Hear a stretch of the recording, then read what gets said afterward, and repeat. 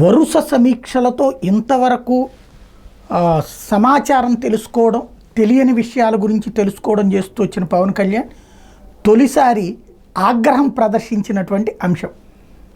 అది కూడా తన శాఖ కాదు, అక్కడ ఇద్దరు మంత్రుల్ని దగ్గర కూర్చోబెట్టుకుని సమీక్షించారు. అది మంత్రి నారాయణ, మరొక వైపున పట్టణాభివృద్ధి శాఖ మంత్రి నారాయణ, వైద్య ఆరోగ్య శాఖ మంత్రి మరొక వైపున సత్యకుమార్ యాదవ్, ఇద్దరిని కూర్చోబెట్టి సంబంధిత అధికారులతో కలిసి సమీక్షించారు.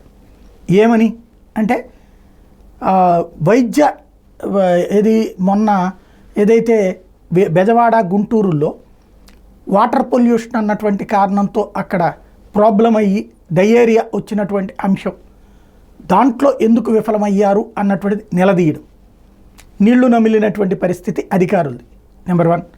నెంబర్ 2 వచ్చేటప్పటికి అధికార యంత్రాంగానికి సంబంధించినటువంటి ఇప్పుడు ఏవైతే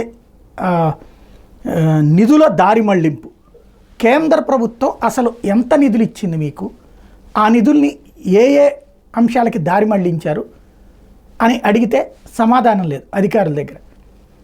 ఆ విషయాన్ని నాకు స్పష్టమైన నివేదిక కావాలి అన్నటువంటిది తేల్చి చెప్పారు.